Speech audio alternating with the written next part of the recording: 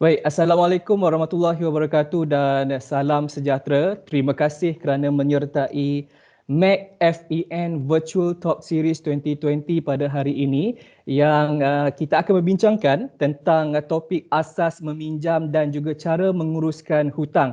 Dan untuk makluman anda, webinar ini dibawakan kepada anda oleh Museum dan Galeri Seni Bank Negara Malaysia ataupun BNMMAG dan juga Financial Education Network ataupun FEN. Dan nama saya Muhammad Faiz Naim sebagai moderator untuk sesi pada hari ini. Sedikit maklumat berkaitan Museum dan Galeri Seni Bank Negara Malaysia. Museum ini memainkan peranan dalam menyampaikan pembelajaran tidak formal tentang peranan dan tanggungjawab Bank Negara Malaysia ataupun BNM, sejarah dan perkembangan ekonomi dan keuangan Malaysia serta warisan numismatik dan seni negara, dan program-program pendidikan dan pameran sementara yang mempunyai tema dan keunikannya tersendiri sentiasa diadakan untuk menarik minat pelawat. Dan kepada anda pelajar-pelajar universiti, anda boleh menganjurkan lawatan sambil belajar ke muzium ini yang terletak di dalam bangunan Sasana Kijang, Jalan Datuk On, Kuala Lumpur. Dan untuk makluman anda juga, buat masa ini muzium ini masih lagi ditutup untuk lawatan dan kami masih terus beroperasi melalui media sosial. Dan sedikit maklumat berkaitan Financial Education Network ataupun FEN, Jaringan Pendidikan Keuangan, yang terdiri daripada pelbagai institusi dan agensi kerajaan, ditubuhkan sebagai satu platform antara agensi yang committed untuk meningkatkan literasi keuangan di Malaysia. Dan FEN ini sebenarnya dianggotai oleh Kementerian Pendidikan Malaysia, Bank Negara Malaysia, Suruhanjaya Security Malaysia, Kumpulan Wang Simpanan Pekerja, AKPK, Perbadanan Insurans Deposit Malaysia dan juga Permodalan Nasional Berhad. Baik, peribahasa sediakan payung sebelum hujan sebenarnya sangat bersesuaian untuk diamalkan kerana kegagalan membuat persediaan awal dalam urusan keuangan akan mempengaruhi gaya hidup kita di masa akan datang, terutamanya kepada anda pelajar-pelajar universiti. Dan menurut Agensi Kaunseling dan Pengurusan Kredit AKPK, statistik menunjukkan sehingga 30 September 2014 seramai 292,775 orang memohon untuk mendapatkan khidmat kaunseling di agensi itu dan 115,706 untuk mengurus bebanan kredit. Jadi untuk hari ini, apakah asas meminjam dan pengurusan hutang yang terbaik terutamanya kepada anda pelajar-pelajar institusi pengajian tinggi? Kita akan bersama-sama dengan speaker jemputan pada hari ini, iaitu Tuan Syed Muhammad Fauzi Syed Hussein yang merupakan pegawai kanan Agensi Kaunseling dan Pengurusan Kredit AKPK. Apa khabar Tuan Syed? Ya, khabar baik Encik Faiz Naim. Apa khabar? Baik, Alhamdulillah. Baik, saya dengan ini mempersilakan Tuan Syed untuk teruskan sesi perbentangan kita pada hari ini berkaitan dengan asas meminjam dan juga pengurusan hutang. Dan kepada peserta, sekiranya anda mempunyai soalan yang ingin ditanya kepada speaker jemputan kita pada hari ini, anda boleh menulis ataupun meletakkan soalan anda di ruangan chat yang telah disediakan. Dipersilakan Tuan Syed. Bismillahirrahmanirrahim. Baik, terima kasih Encik Faiz Naim atas sedikit pengenalan pada kami, pada saya sebentar tadi. Selamat datang dan juga saya ucapkan kepada semua para pelajar yang menyertai sesi kita pada pagi ini. Ya, topik yang dibincangkan pada hari ini adalah asas meminjam, ya, yang mana kita dapati tajuk yang sangat sesuai, yang kita rasa penting, ya, yang diperlukan oleh golongan pelajar. Yang seperti mana kita maklum, golongan pelajar ni adalah golongan yang belum keluar bekerja ataupun hampir lagi kepada alam pekerjaan. Jadi sebelum kita keluar ke alam pekerjaan, menerima pendapatan seharian, pendapatan bulanan sendiri. Jadi sebelum kita menerima wang tu, jadi bagaimana kita menguruskan wang. Jadi penting, sangat penting untuk kita mengetahui bagaimana kita nak uruskan wang dengan baik, ya, supaya kita tidak berhutang, tak terperangkap dengan hutang, terbeban dengan hutang ataupun membuat hutang-hutang yang tidak penting, ya, dalam hidup kita. So kita merancang bagaimana kita membelanjakan wang kita. Jadi di sini platform ni saya rasakan yang sangat baik, sangat bagus untuk kita kongsi bersama pada hari ini, ya. Jadi saya rasa kita dah boleh mulakan, ya, ceramah saya pada pagi ini. Asas meminjam, ya. Next slide, ya. So agenda program kita pada pagi ini, kita mulakan dengan asas meminjam. Saya akan kenalkan sedikit pengenalan, kemudian kita pergi kepada jenis-jenis pinjaman, iaitu penggunaan kad kredit, membeli kereta dan juga membeli rumah. So 3 ni adalah biasanya hutang yang kita biasa buat, ya. Kalau dah bekerja tu namanya memang nak pakai kereta. Kalau dah bekerja tu memang kita nak beli rumah. Tapi yang mana satu biasanya yang pelajar-pelajar inginkan. So kalau kita belajar, saya ingat lagi kalau zaman belajar dulu tu, kalau kita keluar dah ada pendapatan sendiri, kita akan rasa macam apa yang kita nak beli bila kita dah bergaji, kita dah ada pendapatan sendiri. So apa yang perlukan? So kita nak kereta besar, kita nak memiliki kereta impian kita. Jadi apa jenis kereta impian? Itu yang berada dalam fikiran kita. Jadi pentingnya di sini kita terapkan dulu pengetahuan kepada para pelajar, ya, bagaimana kita menguruskan wang kita, bagaimana menggunakan kad kredit, bagaimana kita menguruskan pembelian kereta kita, apakah faktor-faktor yang sepatutnya kita lihat sebelum kita membeli, ya, membuat pinjaman. Sebab pinjaman kereta, pinjaman rumah ni bukan satu pinjaman yang kecil, ya, jumlah dia, ya, besar. Jadi kita perlu berhati-hati sebelum kita memulakan ataupun membuat pinjaman, ya. Dan kita pergi kepada slide seterusnya. Okey, baik. So kita pinjam atau tidak. So apa yang menentukan sama ada kita nak pinjam ataupun tidak. So kita memikirkan, kita fikir, itu yang gambar tu tengok ke atas itu, kan. So dia fikirkan apa yang kita perlukan. Apa yang kita nak beli. Gaji dah dapat. Kita tak ada kereta, kita tak ada rumah. So mana satu yang nak beli dulu? Jadi kita mesti meminjam. Sebab kita pinjam, sebab kita tak cukup wang untuk membeli. Kalau nak membeli sarapan pagi itu, insya-Allah tak perlu meminjam lah. Kita ada duit, kan. Tapi kalau kita nak membeli satu barang yang harganya besar, mahal, ya. Jadi kita perlu meminjam daripada institusi keuangan. Jadi apakah keputusan ataupun apakah faktor yang perlu kita pertimbangkan sebelum kita mengambil keputusan untuk meminjam? Perlukah kita meminjam ataupun tidak, ya? Seterusnya. Jadi bila kita pergi kepada asas meminjam, kita perlu lihat kepada peraturan meminjam. Apa yang perlu kita faham tentang bagaimana nak pinjam, ya.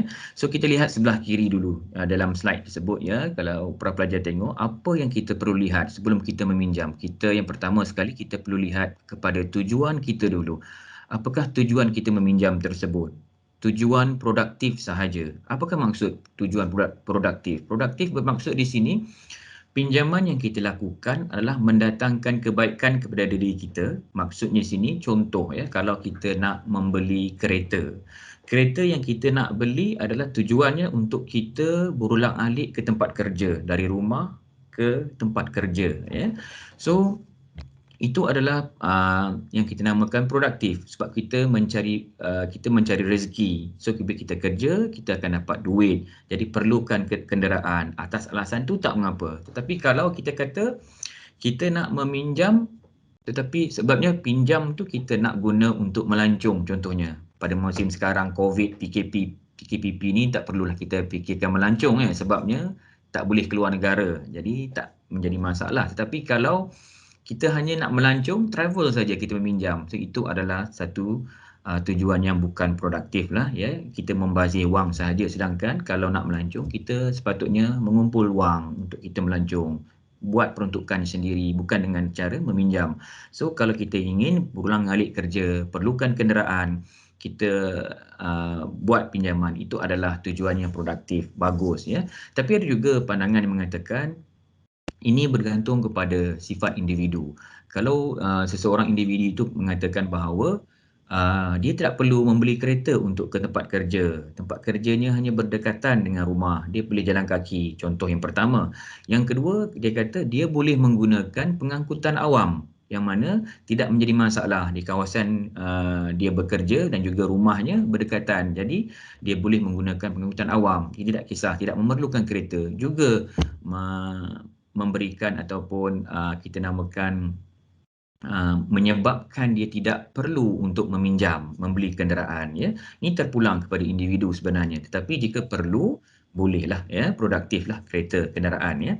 Dan tujuan yang kedua adalah kita mengikut kemampuan. Bila kita buat pinjaman, kita mengikut berapa pendapatan kita. Kita kira terlebih awal, terlebih dahulu sebelum kita membuat sebarang komitmen bayaran bulanan. So kita kaji apa yang kita mampu. Kenderaan kalau nak beli, kita nak kenderaan apa yang sesuai dengan diri kita. Jadi kita lihat tersebutnya. Dan yang ketiga dengan komitmen yang moral. Komitmen yang moral bermaksud adalah kita dapat memberi satu komitmen kepada pinjaman kita. Ya, kita jujur dan kita boleh bayar bulan-bulan. Kalau kita buat satu keputusan untuk meminjam tetapi tidak mampu membayar semula bulanan, itu adalah satu bukan komitmen yang baik. Jadi kita perlu pastikan bila meminjam jumlah bulanan tu kita mampu bayar bulan-bulan, ya. Itu yang perlu kaji. Manakala kalau pelajar lihat di sebelah kanan, apa yang institusi keuangan lihat? So apa yang bank tengok kalau kita nak meminjam? Kita mohon ke bank dan apa yang mereka lihat? Yang pertama sekali, bank akan menilai risiko. Dia akan lihat kita tujuan meminjam. Kalau personal loan, pinjaman peribadi, kalau kita tak pernah ada rekod pinjaman peribadi, kemungkinan bank melihat kita tak ada rekod. Jadi bank tak tahu adakah kita berpotensi untuk menjadi seorang yang tidak mempunyai komitmen yang baik kepada membayar bayaran bulanan, ataupun kita seorang yang memang committed ataupun membayar bulanan, bayaran balik bulanan kepada bank dengan baik. Jadi potensi itu tak jelas lagi di situ. Jadi mereka yang tidak ada rekod, ini pun mendapat kesukaran juga, ya, untuk dapat kelulusan pinjaman. Tapi bank akan menilai dahulu kita punya tujuan meminjam. Kalau membeli kenderaan untuk tempat kerja, biasanya itu adalah jawapan ataupun alasan yang kukuh lah, ya. Dan kemudian keupayaan membayar dan kesesuaiannya. Ya, kita lihat, bank akan lihat bagaimana kita ni, pendapatan kita sesuai tak nak bayar balik pinjaman tersebut. So dia akan menilai kita punya aliran tunai cukup ke 40%, ya, adakah terlebih 40%. Kita akan lihat pengiraan tersebut nanti. Dan juga sejarah pembayaran, ya. Sejarah pembayaran kita, yang ni saya nyatakan tadi, kalau kita tidak ada rekod pembayaran sebelum ni dengan bank, jadi bank tak pasti sama ada kita ni jenis yang bayar on time ataupun tidak ada rekod, tidak ada sejarah sebelum ni. Jadi kita perlu mulakan, biasanya kita akan mulakan hutang yang kecil-kecilan dahululah sebelum kita buat hutang yang besar. Kita lihat apa itu hutang kecil-kecilan nanti, ya, seterusnya. Okey, baik. Dan seterusnya dalam slide yang seterusnya ini adalah nisbah hutang kepada pendapatan, ya, yang mana kita perlu mengira berapakah peratusan komitmen kita terhadap hutang, ya. Dalam contoh di sini nisbah dia, kalau kita kira di sini pembayaran balik bulanan dibahagikan dengan pendapatan bersih dan didarabkan dengan 100, ya. So ini adalah kita pembayaran balik bulanan ni adalah jumlah komitmen kita bulanan. Apa hutang yang kita ada, kita totalkan. Ini adalah perbelanjaan tetap. Maksudnya di sini tetap setiap bulan kita perlu mengagihkan ataupun mengasingkan sedikit wang untuk kita bayarkan kepada bank. Jadi berapa jumlah dia? Kalau kita ada pinjaman kereta, kenderaan, dah ada pinjaman perumahan contohnya, ataupun kita dah ada pinjaman peribadi. Jadi kesemua hutang ni perlu dijumlahkan, ya, dan hutang, maksud saya bayaran bulanan, ya, kita bahagikan dengan pendapatan bersih kita setiap bulan, gaji, dan darab dengan 100. So syarat dia adalah tidak melebihi 40%. So kalau dia melebihi 40%, agak sukar untuk pihak bank untuk meluluskan pinjaman kita lah, ya, sebab lebih daripada 40%. Contoh di sini yang diberikan dalam slide, Encik Ali pendapatan bersih bulanan beliau adalah 4,135 ya. Dan jumlah pembayaran balik bulanan beliau dengan ada perumahannya, dia dah ada sewa beli kenderaan dan juga kad kredit beliau berjumlah RM1,935. Jadi kita bahagikan komitmen dia RM1,935 bahagikan dengan pendapatan bulanan dia 4,135 dan kita darab dengan 100 dan dia dapat 47%. So pelajar-pelajar rasa bagaimana? Kalau dah dapat 47%, adakah beliau layak ataupun boleh lagi membuat hutang? Tak boleh. Jadi kita tak katakan di sini dia komitmen dia dah tinggi melebihi 40% untuk ceiling ataupun perbelanjaan tetap beliau ya. Jadi tak digalakkan untuk membuat hutang lagi. Tapi bergantung kepada bank ya. Kalau kita lihat kelayakan, kita selalu tanya, kenapa kalau bank kelayakan dibagi sampai 60%? Ada sesetengah bank pula beri benarkan sampai kita dapat komitmen kita 70% ya. Lebih ada setengah bank 80% ya, mengikut kita gaji. Makin tinggi gaji dia akan berani bagi gaji, bagi percentage tu, peratusan tu lebih tinggi ya. Jadi perlukah kita tengok kelayakan bank? Kita kata kita mohon pada bank pinjaman kita lulus. Jadi okey. Sebenarnya tak okey ya. Kita kena lihat dulu kemampuan kita dahulu. Sebab bank tak semua komitmen kita bulanan kita dia tahu. Hanya kita yang tahu komitmen bulanan. Ya, bank hanya lihat apa yang tertera dalam Secret Report. Kita akan bincangkan tentang Secret Report sebentar lagi. Jadi apa yang di luar daripada Secret Report bank tak tahu, hanya kita yang tahu. Jadi kita perlu kaji kemampuan kita sebelum kita membuat hutang. Seterusnya. Ya, okey. Ini adalah contoh laporan SECRIS ya dari Bank Negara ya. SECRIS ya. Apa maksud SECRIS tersebut adalah Central for Credit Reference Information System ya, SECRIS, yang mana kita yang boleh dikeluarkan oleh Bank Negara dan juga di AKPK kami juga boleh mencetak ya. Kalau dah bekerja nanti para pelajar boleh mencetak ini secara percuma, datang ke Bank Negara, ataupun di AKPK kita boleh cetak untuk secara percuma. Untuk kali pertama ya, dapatkan PIN code. Untuk akan datang, kita boleh buat online sahaja. Tak perlu datang lagi lah. Boleh cek semak kita punya SECRIS. Seperti mana yang lihat ya, kalau para pelajar lihat di situ, kalau lihat pada kolom N ya, cuba lihat pada kolom N. Ada kolom N di sini.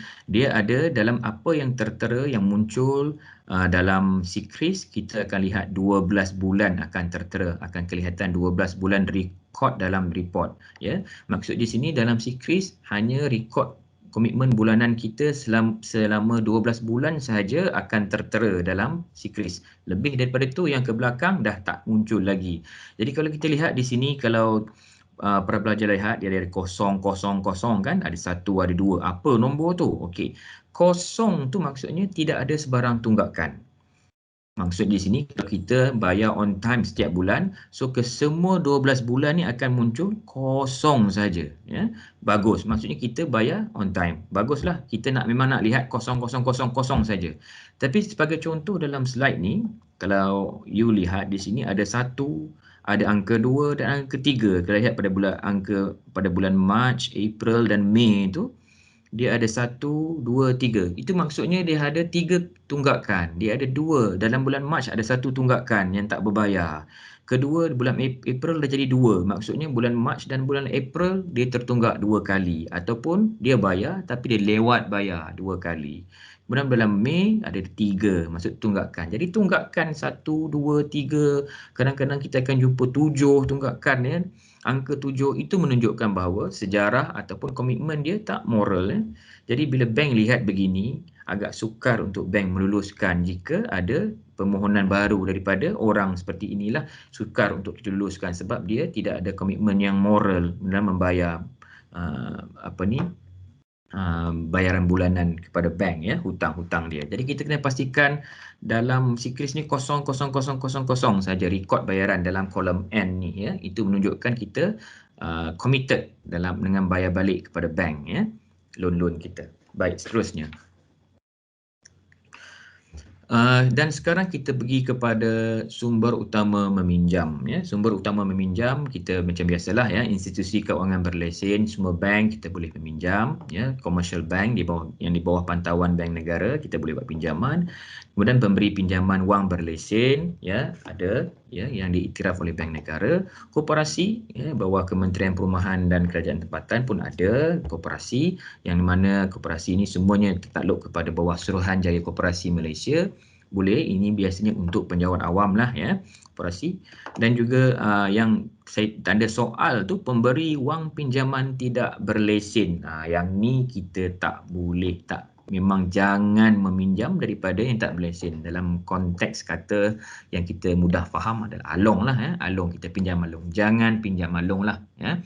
Memang tak okey lah ya. Kita tak tahu dari mana sumber dia dan berapa dia punya interest, faedah yang dikenakan sangat tinggi dan dia akan mengancam kehidupan kita dan mengganggu keselesaan kita sekeluarga. So elakkan daripada pinjaman wang tak berlesen ni lah, cari yang berlesen ya. Seterusnya.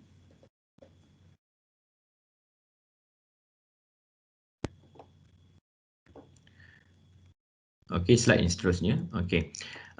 Menjadi penjamin. Okey, ini pun satu hal juga sebenarnya ya, yang mana kita perlu lihat ya. Kita tidak membuat pinjaman, rekod kita bagus. Dalam kalangan pelajar nanti kalau ada yang berpeluang bekerja menjadi penjawat awam, golongan penjawat awam inilah biasanya yang menjadi rebutan ramai pihak bank dan juga saudara mara ya, kawan-kawan, yang mana bila nak buat pinjaman saja perlukan garantor ataupun penjamin. So bila kita nak jadi penjamin ni kita kena berhati-hati, elakkan kita menjadi penjamin kepada kawan-kawan. Walaupun kita rapat bagaimanapun dengan kawan kita, kita kena kenal dahulu dia punya tingkah laku, bagaimana komitmen dia dalam membayar hutang ya, supaya kita tak terperangkap. Bila kita jadi penjamin, sampai bila-bila habis hutang baru kita boleh bebaskan diri. Contoh, ada satu contoh yang satu pasangan ni dia belajar bersama-sama di universiti, merancang pasangan ni nak kahwin. Jadi mereka ni dah bertunang. Bila dah bertunang, dia nak merancang untuk membeli sebuah rumah supaya mereka dah kahwin nanti duduk dalam rumah tu lah kan. So mereka perancangan awal tu bagus ya, dia dah sebelum kahwin lagi dah perancang, tapi nak jadikan cerita rumah dah dibeli, setelah dibeli tak jadi kahwin ya, bergaduh tak jadi kahwin, tapi yang si perempuan telah menjadi penjamin kepada si lelaki, yang mana mereka berdua tidak menghubungi antara satu sama lain. Dia tak ada kenal lagi dah, tak tahu dengar cerita pun tak ada. Jadi tapi bila dapat tahu rumah tersebut tak dibayar, ya ada tunggakan dalam pembayaran. Jadi bank cari siapa kalau tunggakan tak dibayar? Ya, bank akan cari penjamin. Jadi si perempuan ini yang terpaksa menyelesaikan hutang tersebut yang tak dibayar oleh si lelaki yang bukan suaminya, tak berjaya lah kan, kan hubungan yang tak berjaya. Jadi ini juga mendatangkan masalah ya. So begitu juga dengan adik-beradik ataupun dengan saudara mara. Boleh, bukan kita tak galakkan untuk membantu keluarga, tetapi perlu berhati-hati, kenal siapa yang membuat hutang supaya kita faham. Kalaulah kita menjadi penjamin, kalaulah penghutang tersebut gagal membayar, kita perlu sedar yang kita perlu bersedia untuk membayar pinjaman tersebut ya. Itu risiko untuk menjadi penjamin ya, berisiko. Kita bertanggungjawab untuk pinjaman yang belum dijelaskan termasuk faedah sekiranya peminjam utama mungkir, seperti mana yang saya nyatakan tadi, dan berfikir dahulu sebelum bersetuju menjadi penjamin ya. Bukan sebarang orang kita boleh jamin sewenang-wenangnya ya. Dan pastikan loan ataupun hutang yang dia buat tu sebenarnya kita tahu jumlahnya dan kita mampu, kalaulah si penghutang tak bayar kita boleh bayar. Itu tak mengapa. Tetapi kalaulah orang itu tersebut hilang dari pandangan, tidak membayar hutang, kita terpaksa membayar, kita kena bayar ya. We have to bayar, we have to pay ya. Seterusnya. Baik, dan seterusnya kita mulakan yang pertama, loan kecil yang saya nyatakan tadi, walaupun kecil saiznya tetapi sangat mengancam ya. Mengancam maksudnya di sini ialah mempunyai nilai faedah, kadar faedah yang sangat tinggi berbanding hutang-hutang yang lain. inilah namanya kad kredit ya, yang mana penggunaannya perlu berhati-hati, perlu ada ilmu menggunakannya. Seterusnya. Okey, untuk bertanya berapa ramai yang menggunakan kad kredit, saya pasti kalau dalam kalangan pelajar ni saya rasa ramai yang belum ataupun tak ada langsunglah menggunakan kad kredit ya. Nanti esok dah bekerja, ramailah yang nak buat kad kredit. Biasalah bila nak buat kad kredit ni kita kata kalau tak ada kad kredit kita rasa macam tak bergaya lah ya, bukan pegawai lah ataupun bukan somebody lah. You must have one credit card. Menunjukkan wah you boleh beli macam-macam. Ya memang bergaya, tetapi bila kita fikirkan komitmen bulanan tidak sangat bergaya lah sebenarnya. Sebenarnya ia adalah tanggungjawab ataupun beban untuk kita bayar bulanan, berhati-hati menggunakannya. So kita kena tahu apa bila kita menggunakan kad kredit ni. Kita perlu tahu bila tarikh akhir bayaran, itu yang satu. Kemudian kita kena tahu tarikh penyata dia bagaimana, statement date dia, bila dia punya deadline dia dan berapa banyak kredit kad yang perlu kita ada ya. So kita adakah kita boleh ada 5, boleh ada 10 kredit kad? Mampu ke bayar kalau ada 10 kredit kad sebulan, berapa kredit kad nak bayar ya. So mungkin ada tunggakan di situ ya. Seterusnya. Seterusnya. Okey, untuk menggunakan kredit kad ni ya, bila kita ada kredit kad ya, cara saya nak simplifykan cara penggunaan kredit kad. Pada masa akan datang bila para pelajar dah bekerja, tidak mengapa kalau kita kata kita nak ada kredit kad. Bukan salah kredit kad, tak mengapa. Nak menggunakan kredit kad boleh, tidak mengapa. Bukannya kita kata oh siapa yang guna kredit kad, yang ada kredit kad maksudnya keuangan dia tak bagus. Tidak begitu ya. Sebenarnya kita perlu tahu cara menggunakan kredit kad. Menggunakan kad kredit ialah yang mana bila kita berbelanja pada bulan tu, di akhir bulan tu kita perlu bayar habis apa yang kita belanjakan ya. Seperti mana peraturan nombor 1 untuk menggunakan kad kredit, menggunakan kad kredit sebagai kaedah pembayaran bukan pinjaman. Maksudnya di sini ialah you tak ada cash pada masa tu dalam poket ya, swipe menggunakan kad kredit, nampak pula pergi pasar raya, nampak ada beg tangan, ada jam tangan ataupun ada baju yang kita nak, kita rasa cantik, kita nak miliki ya, kita nak beli dan kita swipe. Masa tu tak ada cash, belum keluar duit di ATM, boleh menggunakan kad kredit, tapi pastikan pada akhir bulan tersebut dapat gaji, kita bayar habis apa yang kita belanjakan dengan menggunakan kad kredit tersebut. Itu cara yang sepatutnya ya, bukan hanya pinjam bulan ni, guna kad kredit pada bulan ni dan bulan depan baru kita bayar. Yang tu salah, sebab bila bulan depan baru nak bayar, apa yang kita gunakan jumlah tersebut akan dichargekan faedah ya, sebanyak 1.5% maksimum ya, sebulan 1.5. Yang maksud di sini kad kredit tahunan paling tinggi adalah 18%. Itu maksimum yang dibenarkan oleh bank negara kepada bank-bank ya.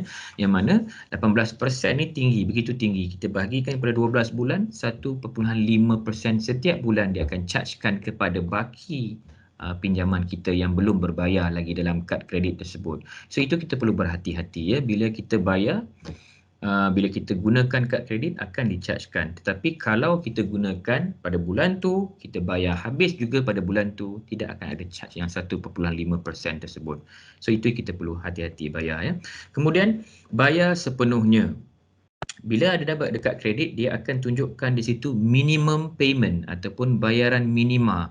Kebanyakan orang dia sayang duit, cash nak bayar, dia bayar hanya minima saja, 5% from the outstanding amount. So kita bayar 5% sahaja, itu sebenarnya adalah kita bayar faedah sahaja, tak termasuk kita punya bayaran yang kita belanjakan untuk membeli barangan tersebut ya.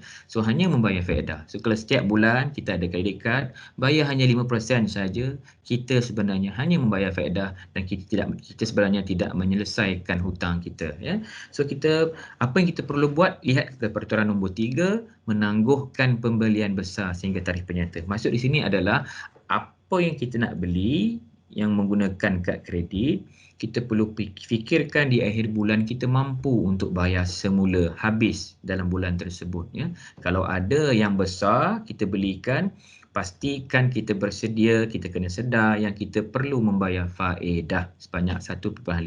Tak boleh habis dalam bulan ni, bulan hadapan kita kena habiskan bayar kad kredit. Jadi penggunaan begini bagus ya.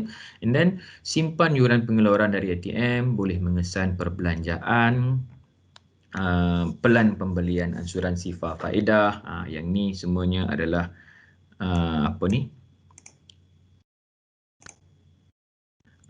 dan freebies, goodies ini adalah rebate lah ya, mana kita ada point-point. Ini biasalah orang guna kad kredit, dia kata dia tak gunakan untuk beli barang. Kad kredit dia guna untuk membeli minyak, isi minyak kereta saja, kenderaan saja. Okey, tak apa. Dia kata sebab nak collect point, boleh beli redeem barang-barang. Okey, itu bergantung, terpulang kepada individu bagaimana cara untuk menggunakan ataupun spend their money menggunakan kad kredit. Tetapi pastikan pembayaran semula tu mengikut apa yang telah saya nyatakan tadi. Ya, seterusnya. Lain-lain tip bijak penggunaan kad kredit ya. Kurangkan bilangan kad kredit. Okey, jangan ada sampai 10. Bila angkat saja berderet turun ke bawah kad kan, semua kad. Mana satu nak guna, kita swipe saja boleh. Mewahnya cara hidup ya. Gaya hidup ni sebenarnya memang kita gaya hidup ni bahaya ya, bila kita mengamalkan gaya hidup yang mewah, kita membelanjakan wang lebih ya. So kalau kad kredit ni kita limitkan lah. Kalau ada satu dah bagus dah, kalau ada dua itu maksimum. So setiap daripada kita kalau ada dua okey lah. Kalau ada lebih daripada dua kami tidak galakkan lah. Maksimum dua sajalah ya. Supaya kadang-kadang bila kita buat urusan pembelian menggunakan kad kredit, biasa kadang-kadang bank ada offline. Jadi bila kita menggunakan kad kredit offline, so kita ada option satu lagi untuk menggunakan kad kredit yang bank yang kedua.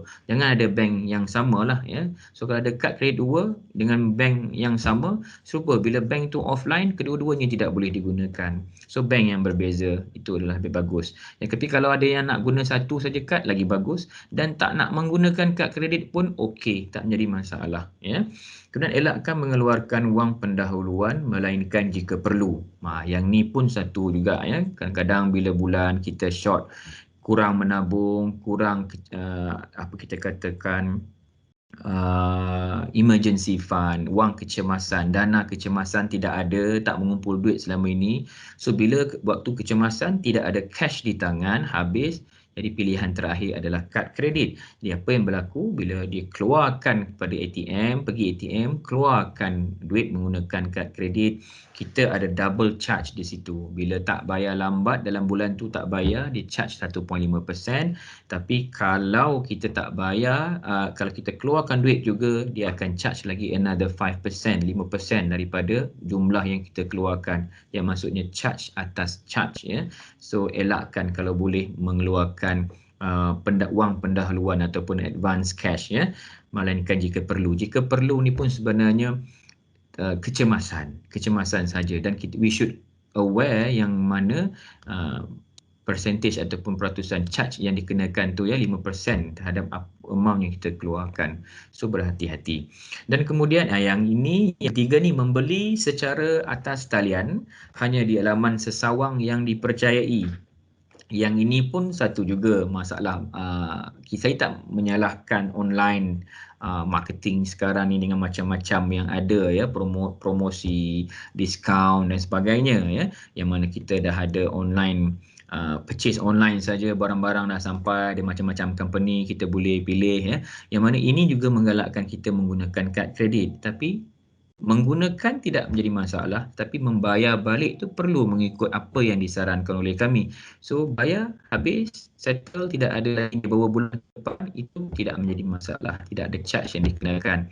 Tapi ini adalah gaya hidup lah ya. Ini yang menyebabkan orang berhutang lebih ya. Online buying ni, purchase. Okay, next. Dan sekarang kita pergi kepada power membeli kereta. Okey, golongan pelajar ni kalau nak beli kereta ni satu yang nampak. Kalau saya dulu belajar, kalau nak beli kereta ni memang best lah nampak berkereta. dah bekerja, kita nak beli kereta lah. Sebab bila kita nak bekerja, kadang-kadang kita pergi interview. Saya tak nafikan lah, kadang-kadang ini juga kehendak company.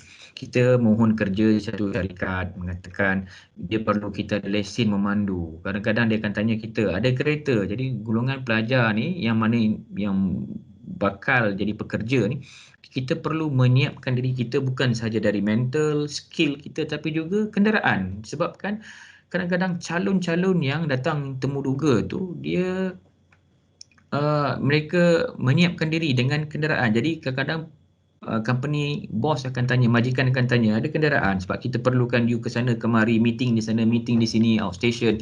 Jadi kalau kita tak ada kenderaan, kita rasa macam satu kekurangan. Ada kemungkinan kita gagal untuk mendapatkan pekerjaan. Jadi inilah satu faktor yang menyebabkan golongan pelajar yang lepas habis tamat belajar sahaja universiti, graduate, dan you membeli kereta, ya, yang mana kereta ni kita tahu dia adalah liability, ya, yang mana dia hutang, dia adalah bukannya aset, yang mana nilainya susut sepanjang tahun, turun. Jadi adakah kita perlu beli kereta ataupun kita beli rumah? Ada juga pelajar yang kata, okey, dah kerja, saya nak beli rumah dahulu. Melihat juga kepada kemampuan kita lah, gaji, ya. Rumah pertama bagaimana saiz dia dengan gaji kita, kemampuan kita. Tetapi juga penting, bila kita lihat, bila tak ada kereta, kita pun susah nak bekerja. Jadi kita perlu juga berhutang untuk membeli kereta, ya. So mengikut kepada keperluan, ya, kita. Tapi apa yang berlaku, kita menetapkan matlamat mengutamakan keperluan ataupun kehendak. Kita kena bezakan. Dari sekolah dulu kita dah belajar subjek kemahiran hidup. Pada zaman tu kita dah dibekalkan dengan apa itu kehendak, apa itu keperluan. Kalau kita ada duit, mana satu kita nak utamakan? Kehendak ke keperluan ke? Mana yang lebih penting? So kita akan utamakan keperluan. Kan kita beli benda yang penting saja. Apa yang kurang penting, kehendak saja kita perlu abaikan. Biasanya begitu kan. Begitu juga kenderaan. Kita kata keperluan sebab saya nak bekerja, saya nak bergerak dari point A ke point B, iaitu dari rumah ke pejabat. So kita perlukan kenderaan untuk senang bergerak. Yes, kita beli kereta sebab ini adalah keperluan. Tetapi bila kita nak membeli, kita akan melihat apa kenderaan yang ada di pasaran. Bila kita lihat kenderaan yang ada di pasaran, kita dah mula berubah daripada keperluan pergi sedikit kepada kehendak. Kita akan lihat apa yang cantik, color apa yang cantik. Nak kereta kecil ke, nak besar sikit ke, nak yang sporty ke, nak SUV ke, kita dah mula memikir-mikirkan kehendak mengikut minat kita. Ada orang minat kereta begini, ada orang minat kereta yang berdesain begini. Jadi kita dah mula mengutamakan kehendak. Daripada niat asalnya bagus untuk keperluan, tapi kita juga consider, pertimbangkan kehendak dan minat.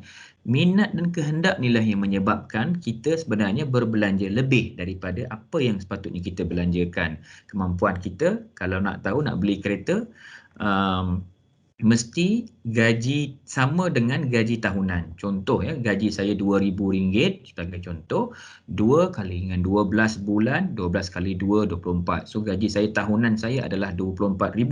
Kalau saya ingin membeli kereta, saya perlu mencari kereta yang berharga RM24,000 sahaja. Betul, ya. So kita perlu kaji. Kalau kebanyakan graduate, pelajar yang tamat saja universiti, semuanya akan beli, tengok kereta apa yang kita nak, beli yang cantik, yang cool di mata orang, kita bawa orang semua kagum. Kita nak utamakan emosi kita dahulu. Kita mengutamakan gaya, bangga, ya, seronok. Jadi kita tak mengutamakan wang kita. Bila kita mengutamakan emosi, kita akan korbankan wang kita. Tapi kalau kita mengutamakan wang kita, korbankan emosi kita. Jangan fikirkan gaya, fikirkan wang dan kemampuan kita terlebih dahulu. Ikut gaji tahunan kita. Itu adalah harga maksimum untuk kereta yang mampu kita miliki. Ya, next.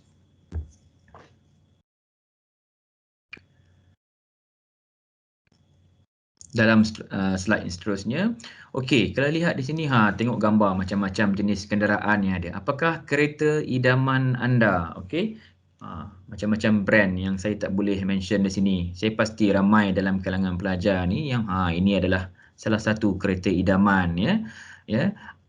Perlukah kita beli sekarang? mengikut apa yang kita mampu, ataupun dalam slide yang seterusnya, ataupun ini sahaja dalam slide. Atau mungkin untuk sekarang pakai yang ni. Saya tak mengatakanlah kurang kualiti, kenderaan ini berkualiti juga ya. Ataupun pakai ini saja.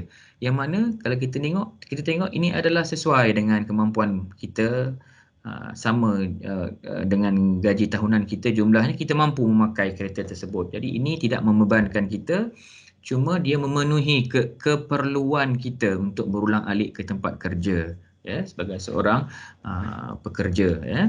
Seterusnya,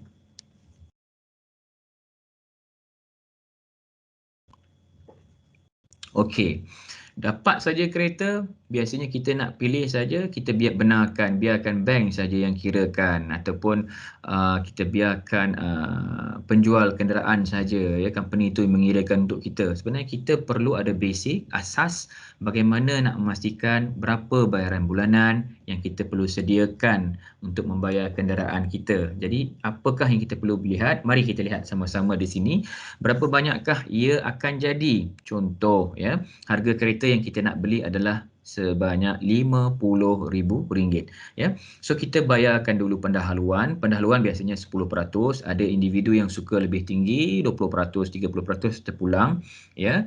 Lagi tinggi duit muka ataupun down payment lagi bagus ya. So kita letakkan contoh di sini 10% ya. Sekarang ni kalau lihat di pasaran, zero down payment, dia kata package untuk lepasan universiti, ada spesifik letakkan situ, lepasan universiti, zero down payment.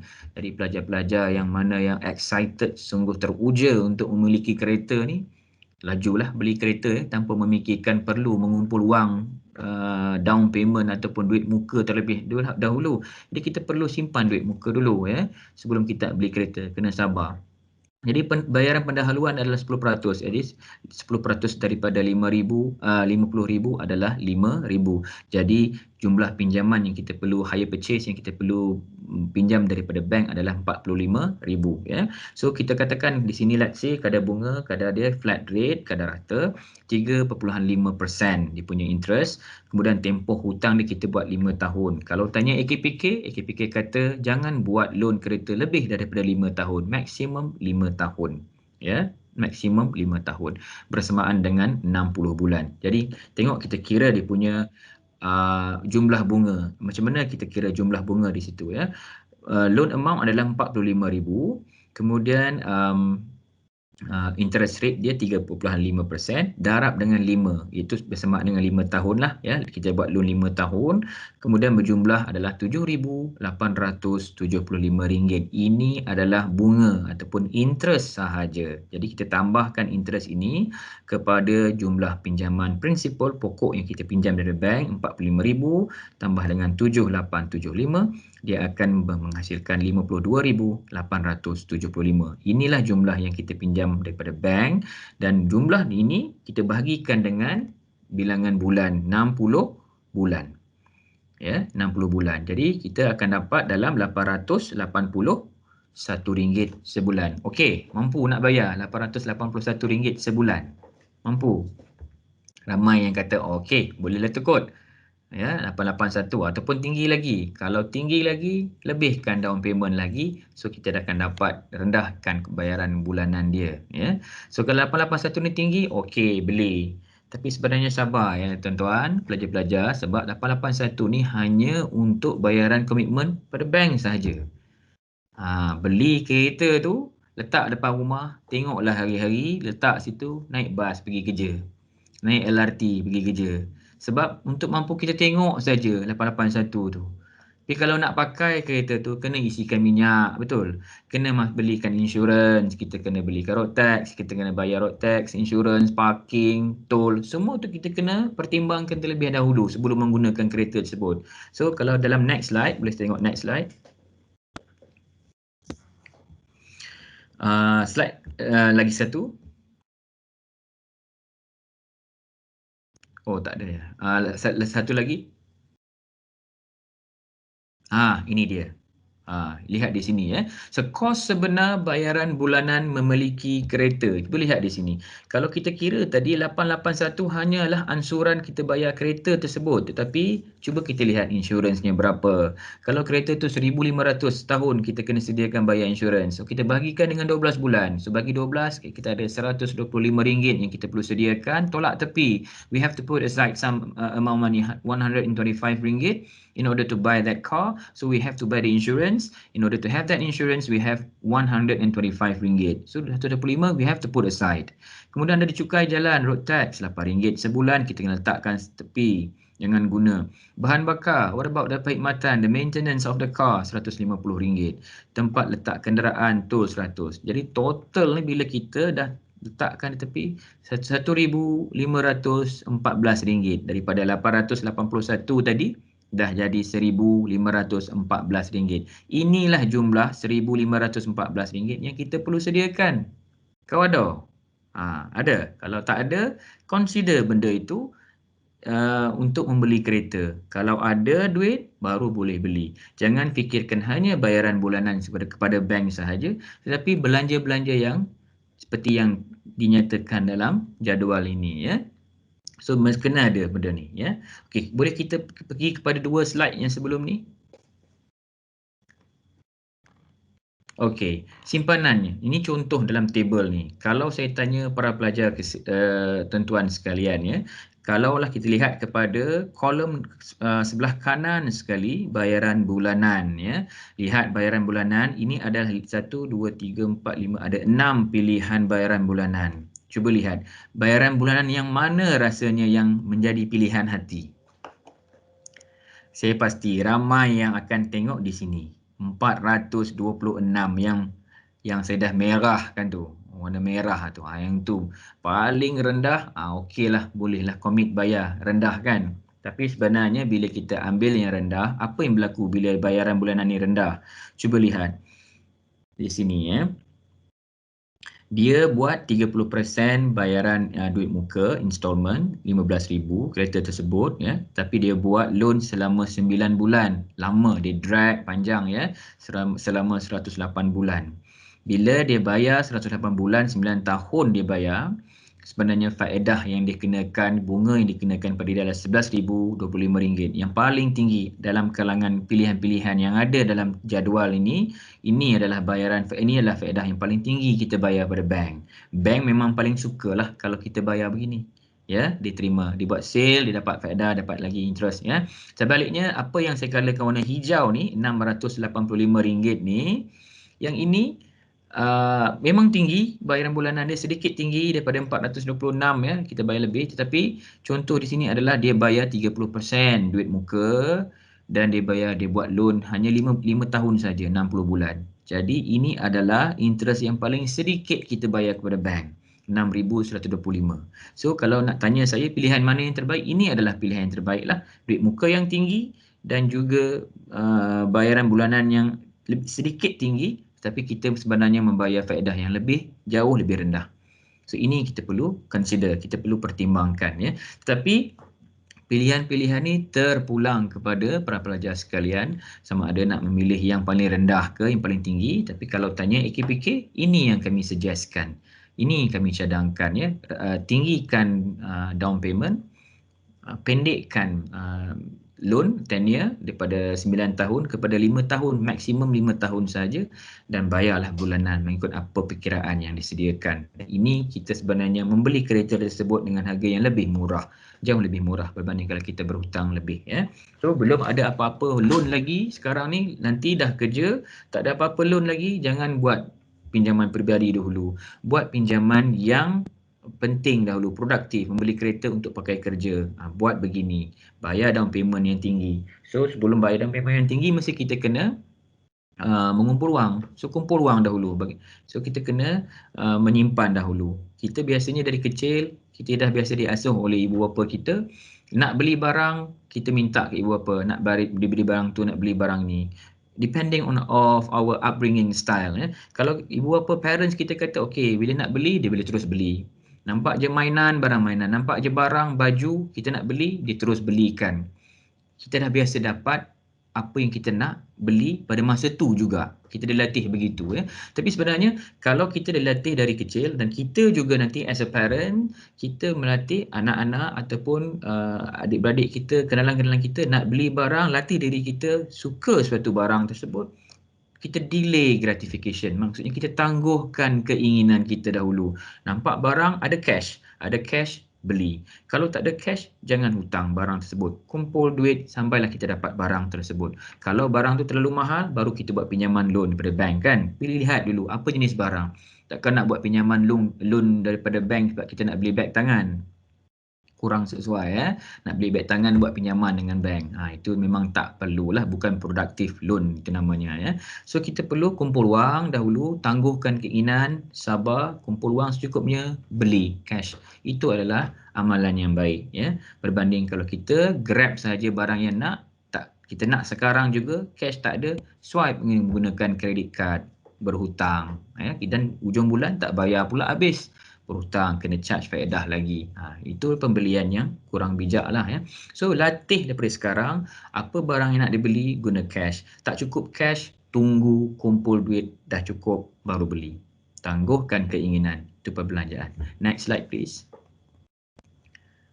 Lagi. Okey, kita lihat kepada graf di sini. Contoh ya, kenapa AKPK, kenapa kami menggalakkan beli kenderaan dan kita buat loan 5 tahun maksimum sahaja. Kenapa? Kita lihat di sini contoh ya. Kalau lihat graf, line graf ni yang warna hijau, yang hijau ni adalah the green one is the nilai kereta.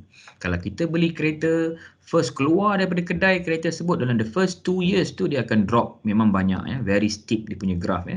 Dia drop, harga kereta drop, and then kemudian agak landai ya. Dia punya, tapi menurunlah nilai kereta tersebut ya. Okey, so kalau kita lihat, kalaulah kita buat loan 5 tahun saja, apa yang berlaku? So ini yang the yellow line ni adalah bila kita buat loan selama 5 tahun saja.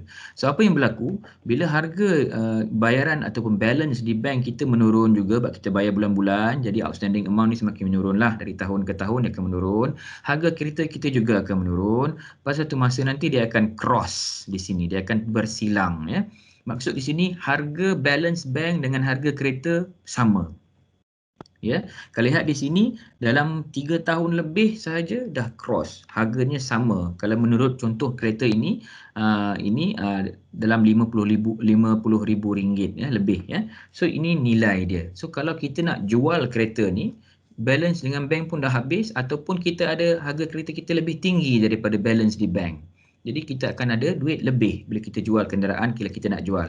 Tetapi kalau kita berada contohnya di line kita buat loan dengan bank, pinjaman dengan bank 9 tahun di sini ya. Warna apa ni? Saya pun tak tahu, brown ke merah ke. Okey, kalau 9 tahun begini, dia akan cross dengan nilai kereta pada harga 30,000 lebih ya. Itu pun selepas berapa tahun? Dalam 7 tahun ke 8 tahun begitu.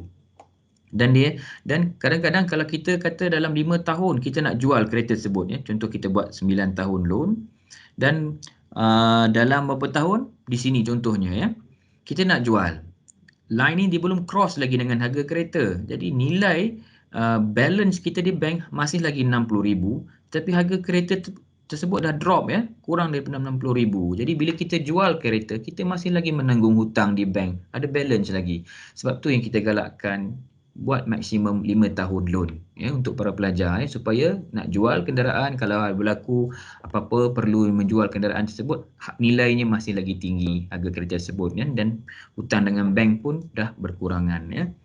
Next.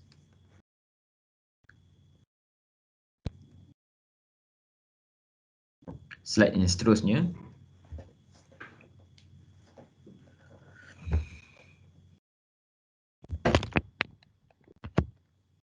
Okey, tip membeli kereta, ini biasalah ya, semak kemampuan anda, kereta yang memenuhi keperluan anda. Saya dah katakan tadi, gaji tahunan kita adalah, itulah jumlah harga kereta. Kalau gaji tahunan kita 24,000, carilah kenderaan yang berharga 24,000.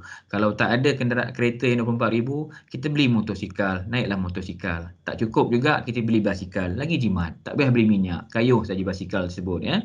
Dan pertimbangkan nilai jualan belian semula, mencari pakej terbaik jika pembiayaan diperlukan, bersiap sedia untuk perbelanjaan yang tidak dijangka, pastikan kereta anda diinsurans secukupnya. Okey, next slide. Kemudian ini yang tadi, periksa jumlah penembusan ni kalau kita nak penyelesaian awal, nak bayar kereta habis, ya, kita dah ada kata bonus ke apa ke, kita nak settlekan kereta, kita periksa, nak jual kereta pun sama juga. Kita periksa jumlah penembusan, maksudnya kita nak buat full settlement, berapa jumlahnya sekarang kalau kita balance duit dengan bank, kemudian kita jual kereta, kita tengok harga kereta di pasaran berapa dan tengok balance antara tu supaya kita tidak menanggung hutang lah, ya. Lepas jual kereta masih ada balance lagi di bank, ya. Next.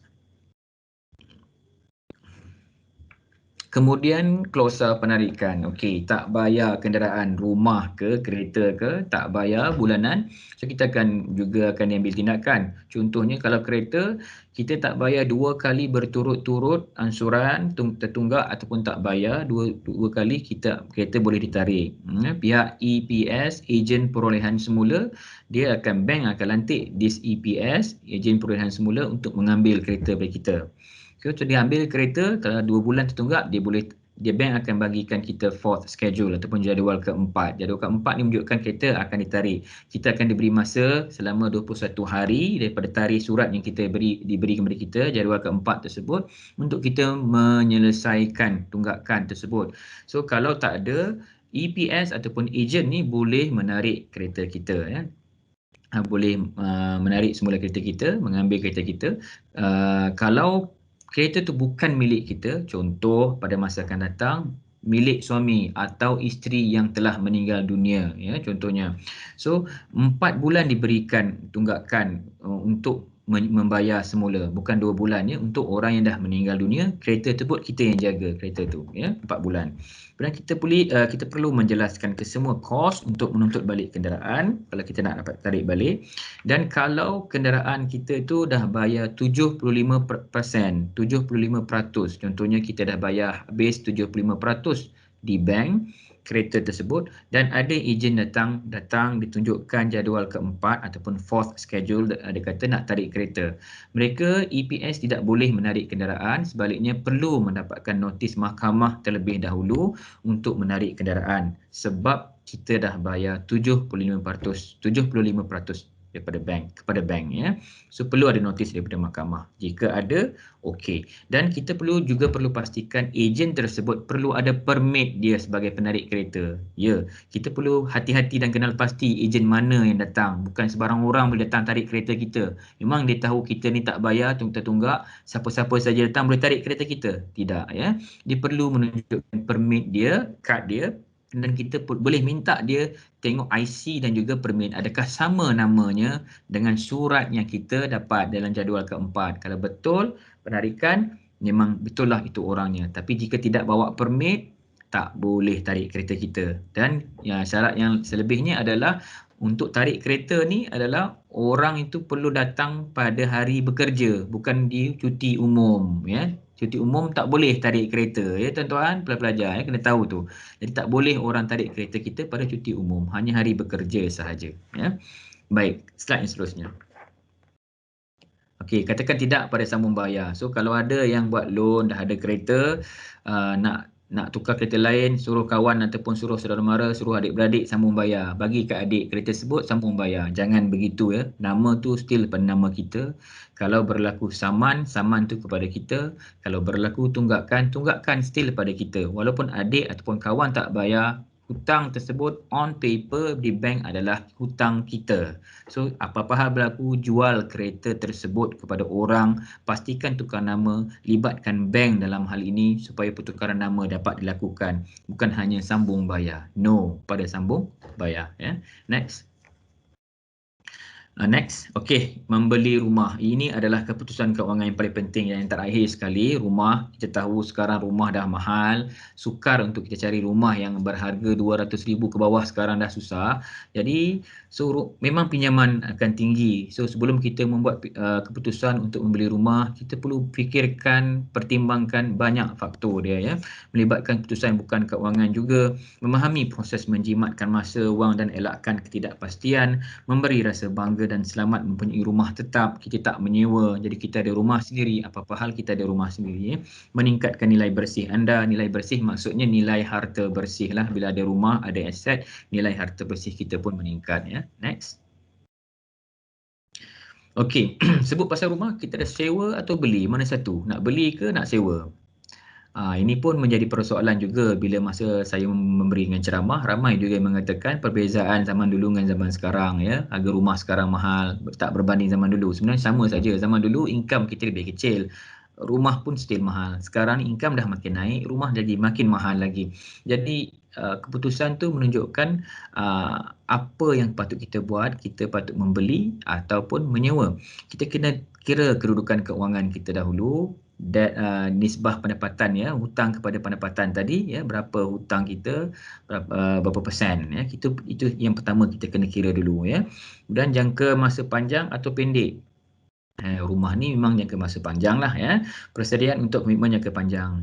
So jika untuk pelaburan, rumah yang kita ada nanti mungkin kita nak buat sewa, kita dah ada rumah, kita nak beli satu rumah untuk sewa, itu pun satu langkah yang baik, yang mana kita ada dua pelaburan di situ ya, capital dan juga rental investment, yang mana kita memiliki rumah, harganya semakin meningkat, kita ada harta, dan pada masa yang sama kita rent, kita sewakan kepada orang lain yang bayarkan komitmen bulanan kita tersebut, kita menyewakan pada orang lain pun sama juga dapat kita punya pelaburan. Next. Okey, untuk kita menilai faktor keuangan, kemampuan, kita lihat kemampuan dulu, aliran tunai, nilai harta bersih, kita punya duit cukup ke nak bayar bulanan rumah tersebut, kita kena kaji, 40% kita kena tengok ya, dan kelayakan pinjaman kita tengok juga ya. Next.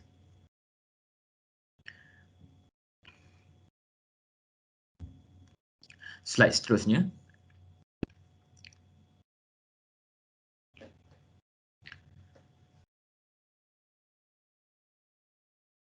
Okey. Okey, kalau lihat di sini jadual ni, harga rumah mampu milik maksimum dengan pendapatan isi rumah. Ini kita lihat dalam 5 tahun ke belakang lah ni masih lagi 5 tahun ke belakang, pendapatan isi rumah bracket berapa, ini kita punya gaji kalau kolom sebelah kiri, dan sebelah kanan adalah harga rumah yang kita boleh ataupun layak kita beli. Contohnya di sini kalau gaji daripada 2,000 hingga 3,999 ya. So rumahnya, harga rumah kita boleh beli adalah 200,000 dan hingga 247,000 di sini ya. Itu range. Itu begitu jugalah dengan gaji-gaji yang lain lah, bracket income bracket yang lain. So kita kena lihat di sini untuk mengikut rumah mana yang kita mampu milik rumah ya, mengikut pendapatan kita ya. Ini sumber daripada Bank Negara dan juga Jabatan Perangkaan DOSM ya. Next. Dan bila kita beli rumah, ini dia jenis hartanah dan juga perbelanjaan. Primary market maksud di sini rumah, senang, first hand punya rumah. Secondary market adalah second hand punya rumah kalau kita nak beli. Yang mana satu? Cuma perbezaannya adalah yuran penilaian saja. Sebab kita beli rumah yang dah second hand, kita kena panggil evaluator untuk menilai berapa harga rumah tersebut. Itu memang kita akan ada charge di situlah. Selebihnya adalah semuanya sama, rumah baru ke, rumah lama ke, semuanya sama. Ada rumah yang lama ni subsale lah ya, daripada tangan orang lain, ataupun rumah yang dilelong, lebih murah, jauh lebih murah harga, tapi kita perlu perhatikan rumah tersebut dari segi keadaannya, adakah conditionnya bagus, wiringnya, adakah rumahnya dah retak ke, semua kita kena perhatikan. Ini tidak berlaku pada rumah baru. Rumah baru ni biasanya baru dan memang ada kemungkinan untuk berlaku defects ataupun kerosakan, tapi tidak melibatkan belanja lah ya. Semua telah termasuk dalam perbelanjaan kita, dalam loan kita lah. Jadi ini perbezaan. Next. Dan bila kita beli rumah, kita perlu ada insurans. Sama juga, beli kereta ada insurans, beli rumah pun ada insurans. Okey, ramai yang nak tahu ya. MRTA adalah referring to Mortgage Reduced Term Assurance. MLTA adalah referring to Mortgage Level Term Assurance. Dua yang perbezaan. Apa bezanya kedua-dua ni? Saya ringkaskan untuk mudahkan para pelajar tahu ya. MRTA ni biasa kita bayar insurans ni kita bayar lump sum. Biasanya kita akan finance juga dengan bank, kita masukkan pinjaman dalam bank kita ni dengan jumlah untuk kita insuredkan rumah kita tu untuk kepada bank. Jadi benda dia dah masukkan lump sum. Ini kebaikannya kepada bank lah. Kalau apa-apa berlaku pada diri kita, kematian ataupun kecacatan kekal, TPD, total permanent disable, so this insurance company akan bayar balik kepada bank lah, MRTA.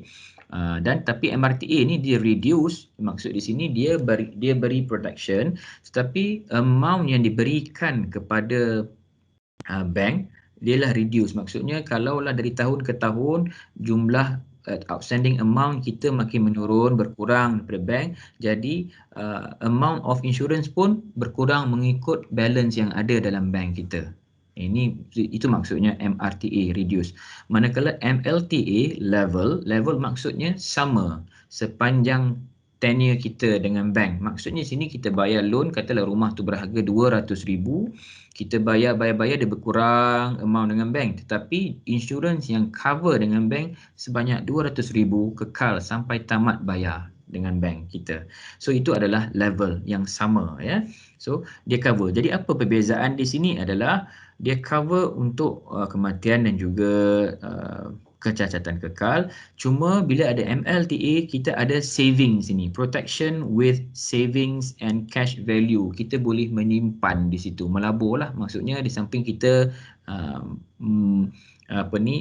ada insurance, pada masa sama kita juga melabur, ya. Kita ada saving yang mana bila pada satu sela masa kita boleh keluarkan duit tersebut, saving kita daripada insurans yang kita bayar, MLTA ataupun dalam Islamicnya MLTT, takaful di hujungnya.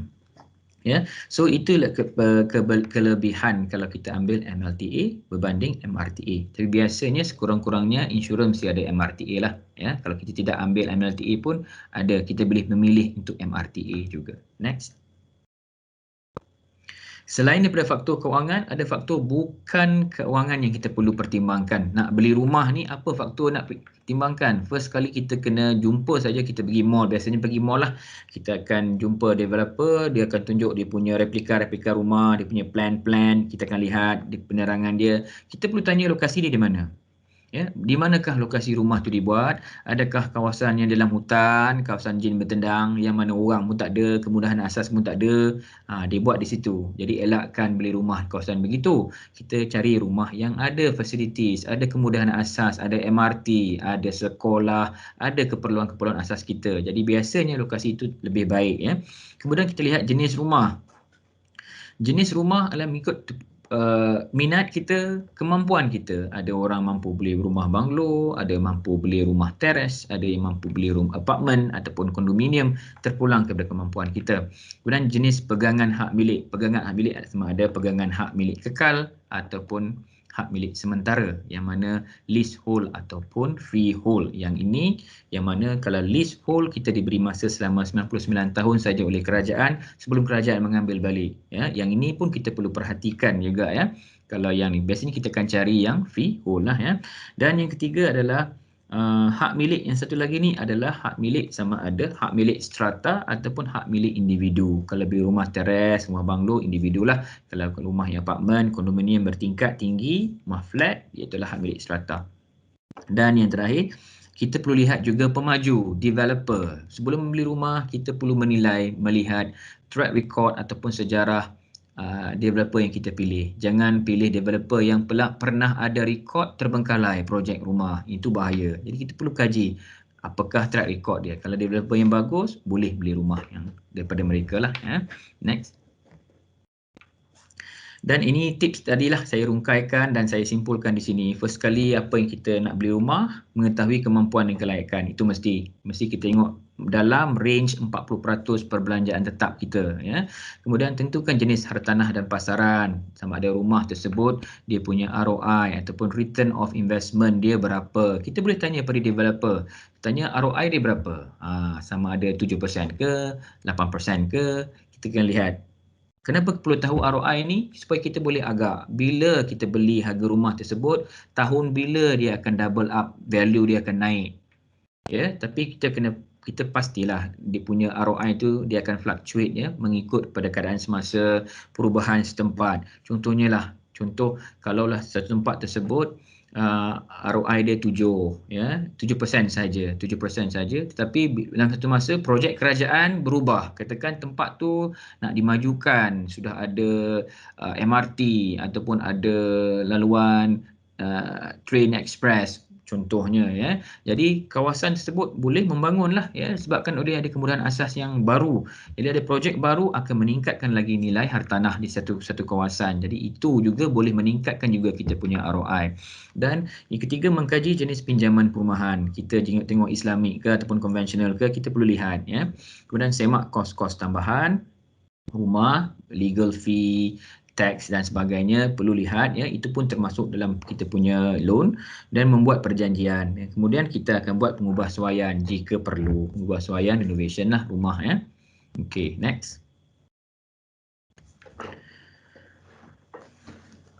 Okey, pastikan pinjaman yang diambil adalah untuk kegunaan yang produktif. Ini buat loan, ya. Ini adalah saya simpulkan sajalah. Saya rasa ini dah nak habis, ya. Mengikut tahap kemampuan bawah 40% kemampuan semasa, rekod kredit yang baik, halusinasi tidak baik. Maksud di sini kita halusinasi ni maksud kita berangan, boleh beli tu, boleh beli ni tanpa kita buat pengiraan yang betul, yang berhati-hati. Mengikut kemampuan keuangan kita baru kita buat keputusan. Ayat lainnya adalah jangan amalkan impulsive buying. Apa itu impulsive buying? Perbelanjaan luar duga. Kita nampak saja beli. Kita tak plan pun nak beli benda tu, tak ada pun dalam wish list kita selama ni, tapi bila nampak terus nak beli. Yang itu adalah perbelanjaan tidak baiklah, ya, halusinasi. Kemudian last sekali apa dia? Lihatlah di cermin. Untuk kita kenal pasti ukur baju di badan sendirilah, ya, untuk kemampuan kita, ya. Next. Saya rasa itu saja untuk slide ni, ya. 12:19 saya rasa saya pun dah terlebih sedikit. Jadi kita buka kepada Q&A lah, ya. Baik, terima kasih Tuan Syed untuk pembentangan sebentar tadi. Baik, ada beberapa soalan yang saya terima secara PM, ada yang message kita directly. Baik, tadi Tuan Syed ada mention tentang kereta, productive loan, unproductive loan. Untuk pelajar universiti ni, terutamanya kepada pelajar tahun akhir yang selepas ni akan memasuki alam pekerjaan, apakah langkah pertama yang perlu dilakukan bila mereka ni dapat gaji yang pertama? Tengah-tengah excited untuk gaji yang pertama tu. Nasihat daripada Tuan Syed kepada peserta kita. Okey. Yang pertama sekali saya tekankan kepada pelajar, ya, jangan buat pinjaman peribadi. Ya, elakkan personal loan. Ya, walau apa pun berlaku, elakkan personal loan. Siapa yang dapat jadi bergelar penjawat awam masa akan datang, keluarga kita, adik-beradik kita, kawan-kawan kita akan mencari. Sebab biasanya penjawat awam ni mudah untuk buat loan. Jadi elakkan jadi penjamin ataupun suruh kita buat loan. Itu biasanya berlakulah. Kemudian kita perlu membeli kereta untuk berulang kerja. Itu biasalah untuk kita perform dalam pekerjaan, kita perlu buat dari segi semua segi. Dari segi kenderaannya, dari segi mental persediaan semualah. Jadi kalau nak beli kenderaan tak mengapa. Boleh kalau lah kawasan pekerjaan office kita dan rumah kita tu tidak ada public transport. Tapi jika anda sesuai, selesa je nak guna public transport, silakan. Tak perlu beli kereta pun. Itu lagi menjimatkan. Tapi jika perlu belilah mengikut kemampuan. Macam saya cakap tadi, maksimum gaji tahunan kita, itulah harga kereta kita. Ada cadangan ke? Beli motor dahulu, kemudian kereta? Itu terpulang. Kalau motor ni biasalah. Kalau lelaki, okey, memang selesa. Kalau perempuan, biasanya skuter kot, saya rasa. Skuter lebih selesa dengan perempuan, tapi dari segi bahayalah, ya, keselamatan. Kita fikirkan keselamatan, hujan dan panas lah. Nak beli kereta tak ada masalah. Okey, masa pembentangan tadi Tuan Syed ada mention tentang menyimpan, okey, saving. Khasnya kepada pelajar-pelajar yang sedang menuntut di universiti sekarang ni, ada tak certain amount yang dicadangkan oleh AKPK berdasarkan kajian AKPK untuk pelajar-pelajar ni mula menyimpan daripada sekarang? Kita ambil maklum yang pelajar tidak mempunyai lagi pendapatan tetap, tetapi dengan keadaan semasa sekarang ini, pendapatan yang pelajar yang ada sekarang ni, ada tak certain amount yang dicadangkan kepada pelajar untuk menyimpan? Okey, baik. Soalan yang sangat baik tu Encik Faiz. Bagus tu. AKPK cadangkan kalau kita dapat pendapatan, kita kena tolakkan 10% sekurang-kurangnya kepada simpanan. Ya, kebanyakan kita dapat gaji, kita guna dulu, belanjakan dulu, apa yang ada lebih itu kita simpan. Yang tu salah tu ya. So kita dapat saja gaji, tolakkan 10% daripada gaji kita, sekurang-kurangnya 10%. Siapa yang mampu lebih, tingkatkan hingga 30%. Kita syorkan 30% maksimum. So kalau lebih lagi baguslah. Tapi kalau boleh 10% simpan sekurang-kurangnya dulu, kemudian selebihnya nak guna-gunalah. Kita belanjakanlah, tapi 10% kita simpan dahulu untuk saving ya. Tapi kalaulah kata dah ada komitmen yang tinggi contohnya, tapi saya rasa pelajar ni belum ada komitmen lagi ya. So belum ada buat loan lagi, rumah ke kereta ke, jadi perlu simpan dulu, saving dulu. Utamakan saving dulu. Apa yang ada selebihnya baru kita tengok kemampuan untuk membuat hutang yang lain. Selebihnya 10% wajib saving dahulu. Baik, 10% wajib untuk saving. Ada tak nisbah yang tertentu? Maksudnya tadi Tuan Syed ada mention tentang 10% untuk saving dan kita pernah dengar tentang emergency fund, ya, fund kecemasan. So mungkin ada tak nisbah yang tertentu yang Tuan Syed boleh syorkan kepada peserta webinar kita? Okey, 10% tu saving lah untuk kita punya dana kecemasan. Ya, dana kecemasan ini berapa banyak perlu kita simpan? Okey, kita perlu simpan sekurang-kurangnya 6 bulan gaji kita. Ya, kalau ada siapa yang menyimpan, berapa banyak saya perlu menyimpan cik? Berapa banyak yang saya perlu belanjakan? Okey, kurangkan perbelanjaan, beli barang yang perlu sahaja.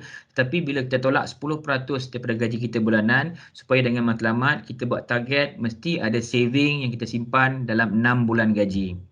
So, kalaulah gaji kita 2,000, 6 kali 2, 12. So, kita kena ada dalam saving kita 12,000 setiap masa yang tak perlu digunakan. Simpan sahaja. Selebihnya kalau nak merancang untuk melabur lagi ke ataupun berbelanja, boleh. Tapi dalam saving, emergency fund ada 12,000. 12,000 ni adalah cash, aset cair, wang tunai yang mana kita boleh keluarkan anytime bila berlaku kecemasan. Baik, terima kasih. Saya rasa info ni berguna kerana ada sebenarnya setengah pelajar yang dia buat part time sekarang ni. So mungkin boleh gunakan tips ini untuk menyimpan. Baik, saya nak divert sikit kita punya discussion tentang scam, financial scam. Okay. Penipuan keuangan. Di mana seringkali kita dengar penipu-penipu ni dia mensasarkan golongan muda, golongan pelajar, golongan yang baru nak bekerja, golongan yang dah nak pencen, yang dia tahu yang baru dapat duit ataupun yang akan dapat duit banyak. Mungkin nasihat ataupun pandangan kepada peserta-peserta webinar kita pada hari ini untuk elakkan daripada terkena scam keuangan ni, financial scam. Okey, pertama sekali kita lihat bila scam tu sampai. Stage yang pertama adalah scam tu sampai bila. Sekarang ni scam biasanya sampai melalui telefon, betul? Ataupun melalui leaflet ataupun kita jumpa di jalan. Jarang ada di TV ya, sebab TV ni biasanya dia dah ditapis. Benda yang selamat saja kan. Jadi kita perlu lihat bila sampai kepada kita, contohnya melalui telefon. Bila mendapat panggilan, kita perlu pastikan, kenal pasti siapa sumber yang membuat panggilan. Kadang-kadang scam ni dia uji kita. Saya pernah ada satu case yang mana dia kata dia daripada bank sekian-sekian, dia kata kita tiba-tiba dah ada loan dengan bank. Dia siap menyatakan nama bank lagi. Dia kata encik dah ada hutang sebanyak 80,000 dengan bank. Jadi saya pun terkejut pada masa tu. Kenapa? Jadi kita jangan panik. Kita perlu bertenang dan dapatkan informasi. Maksudnya bank dari mana. Kemudian jangan kita dedahkan maklumat peribadi kita. Kalau dia kata nombor kad cik, apakah nombor akaun cik, jangan nyatakan. Itu adalah bentuk-bentuk scam. Semestinya kita tak boleh kita dedahkan melalui dalam telefon. Itu sumber yang datang yang kita perlu jaga. Dan yang kedua, untuk kenal pasti, dapat saja nama pelaburan ataupun scam tersebut, kita perlu refer dengan laman sesawang Bank Negara Malaysia, cek adakah company ataupun instrumen tersebut valid ataupun sah. Ya, kalau bukan di bank negara juga kita boleh lihat kepada Suruhanjaya Security. Untuk semak sama ada pelaburan yang disediakan ataupun skim yang dijalankan adalah valid, adakah dia sah. Ya, kita boleh semak dahulu ya sebelum kita sign up untuk apa-apa saja pelaburan ya. Baik, terima kasih. Satu lagi isu yang sering kali menyelubungi kita punya peserta webinar pada hari ini, terutamanya pelajar-pelajar ni, apabila habis belajar masuk kerja kena bayar PTPTN. Okey. So pandangan Tuan Syed tentang isu semasa PTPTN dan kesannya kepada pelajar kalau ada yang buat endah tak endah untuk bayar PTPTN selepas ini. Okey. Tentang PTPTN ni biasalah dia apa kita katakan, tujuan asal kita buat perjanjian mendapatkan PTPTN adalah kita buat loan, ya. Kita dah berikrar yang kita meminjam wang dari kerajaan untuk menampung pembayaran pengajian kita universiti, ya. Asalnya adalah kita buat loan untuk pinjaman, nama saja pinjaman, akhir saja dapat gaji saja kita dah bekerja, kita perlu bayar balik. Itu memang wajib dan tanggungjawab sebagai seorang pelajar ataupun kita bekat siswaza, yang mana kita dah ada kelulusan, kita dah ada gaji, kita bayar balik. Sebab perjanjian asal adalah kita meminjam, bukannya beasiswa, ya.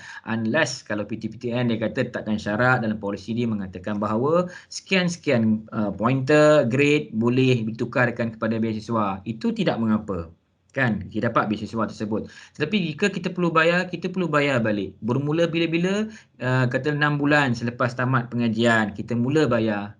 Langsaikanlah ataupun bayarlah, komitlah dengan bayaran bulanan tersebut. Sebab itu adalah ikrar kita meminjam, kita perlu bayar balik. Inilah titik yang kita berhutang ni. Kita dah mula meminjam dan kita perlu bayar balik bulan-bulan. Jika ada masalah untuk membayar semula, katakan tidak dapat pekerjaan, kita perlu menghubungi dan berkomunikasi dengan pihak PTPTN untuk melihat apakah option ataupun pilihan yang ada untuk kita. Jangan hanya mendiamkan diri dan tidak membayar. Itu kurang tepatlah, ya. Baik, jangan mendiamkan diri, ya. Cik Tuan Syed ada highlight tadi. Baik, seterusnya Tuan Syed, saya nak minta sedikit ulasan tentang isu bankrupt di usia muda sekarang ni. Mungkin Tuan Syed nak ulaskan tentang isu ni sedikit. Okey, bankrupt ni apa? Okey, bankrupt ni dalam bahasa Melayu muflis lah, ya. So, muflis, bila kita akan dikatakan muflis, diisytiharkan oleh mahkamah bahawa muflis, seseorang itu boleh diisytiharkan muflis kalau kita ada hutang yang tertunggak sebanyak RM100,000 dan ke atas.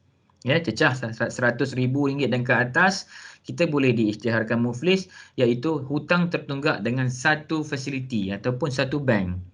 Ya, contohnya kalau kita ada hutang dengan dua bank, satu bank A dan satu bank B.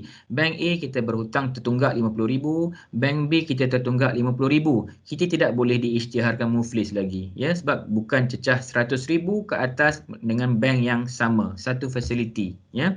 Dan bila kita muflis ni, inilah yang kami risaukan. Kami di AKPK, kalau boleh kami akan bantu, kami akan pelihara mana-mana rakyat Malaysia yang memerlukan bantuan, yang ada bebanan hutang untuk tidak diisytiharkan sebagai bankrupt, ya. Kita akan tolak. Kita akan pastikan yang individu ni mendapat bantuan. Tetapi jika tidak mendapat kerjasama daripada mereka yang berhutang, jadi kami tidak boleh membantu. Sebabnya untuk join AKPK ataupun menyertai mendaftar dengan program pengurusan kredit kami, perlukan sukarela daripada pihak tertentu untuk menyertai program kami untuk dibantu.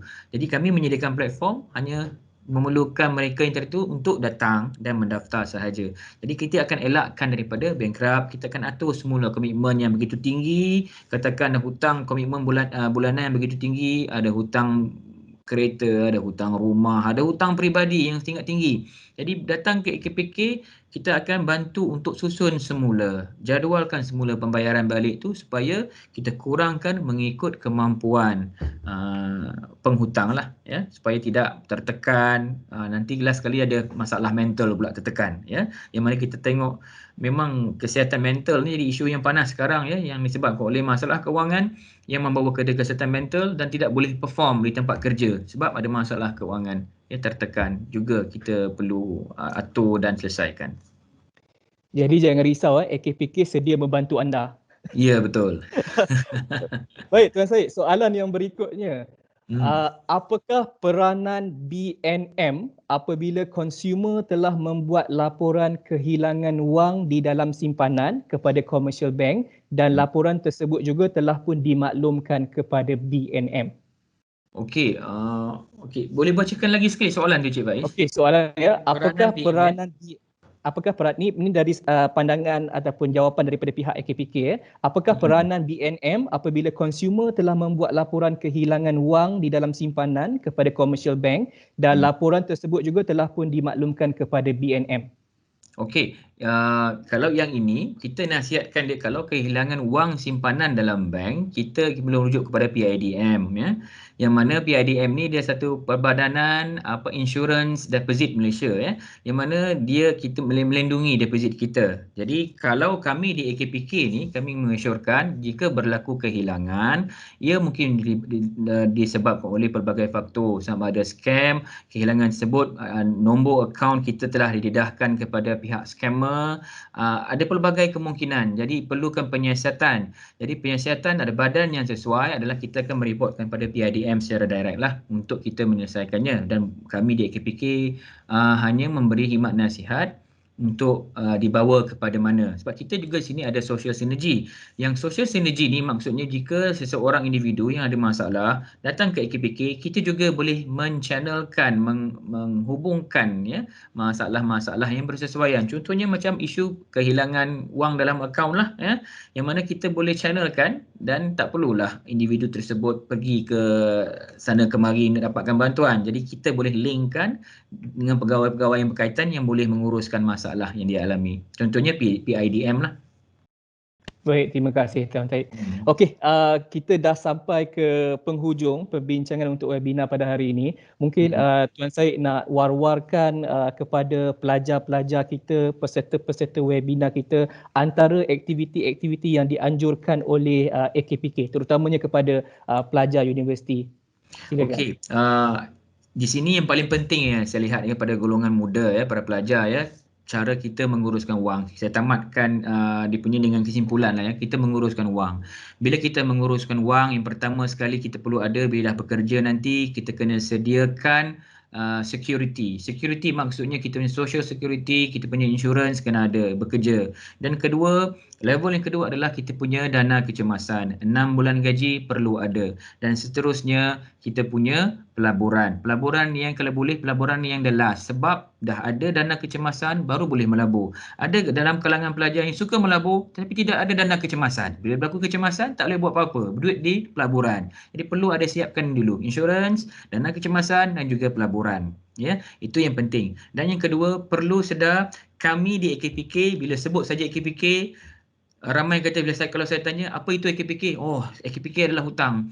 AKPK adalah stres. AKPK adalah takut kami nak mendengarnya. Kalau saya nak berbual, dari mana tuan? Saya dari AKPK. Dia menjauhkan diri pula. Jadi dia rasa tak selesa ya. Jadi itu stigma masyarakat ataupun golongan yang sekarang ni saya perlu beritahu.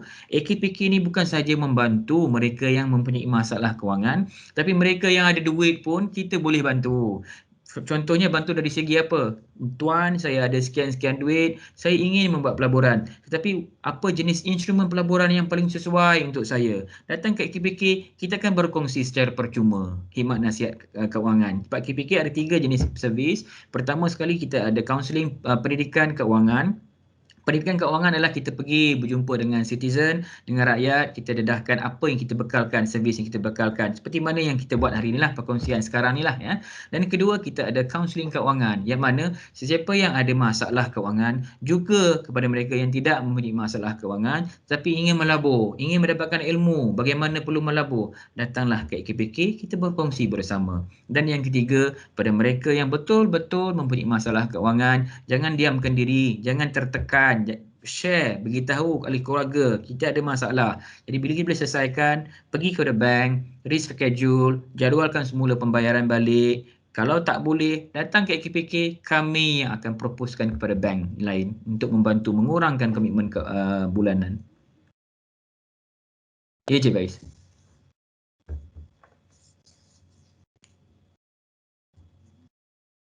Soalan yang terakhir, maaf.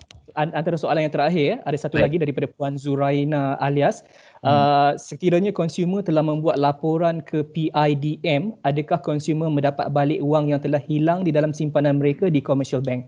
Okey, saya tak boleh menjawab secara direct soalan ini sebab urusan ini adalah PIDM. Baik. Jadi sama ada urusan tersebut boleh dapat bayaran balik sekejap tu ke ataupun selepas berapa lama ke, itu bergantung kepada polisi dan juga prosedur PIDM lah ya. Jadi kami di AKPK hanya menchannelkan saja, tapi saya tak pasti sama ada bagaimana urusannya, prosedurnya bagaimana, perlu dirujuk kepada pegawai PIDM lah. Baik, sekali lagi terima kasih kepada Tuan Syed Muhammad Fauzi Syed Hussein, Pegawai Kanan Agensi Kaunseling dan Pengurusan Kredit AKPK kerana bersama-sama dengan kami pada hari ini. Terima Terima kasih kasih Tuan Syed. kembali.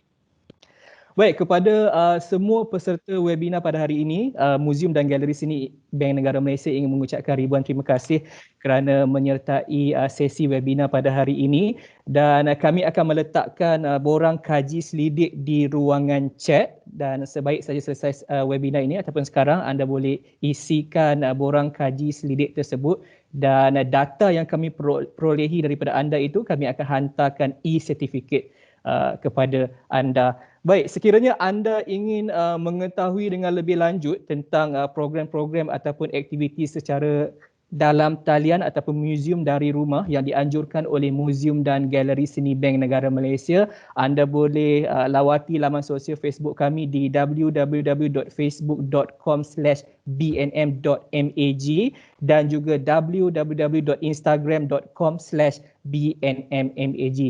Terdapat pelbagai aktiviti yang dijalankan secara atas talian di mana anda boleh mendapatkan maklumat-maklumat lanjut berkaitan dengan Muzium dan Galeri Seni Bank Negara Malaysia ataupun pameran-pameran maya kami yang telah pun kami letakkan di dalam laman sosial kami. Sekali lagi, Tuan Syed, terima kasih kepada anda peserta-peserta webinar. Terima kasih. Sekian. Assalamualaikum warahmatullahi wabarakatuh dan salam sejahtera. Terima kasih. Waalaikumsalam.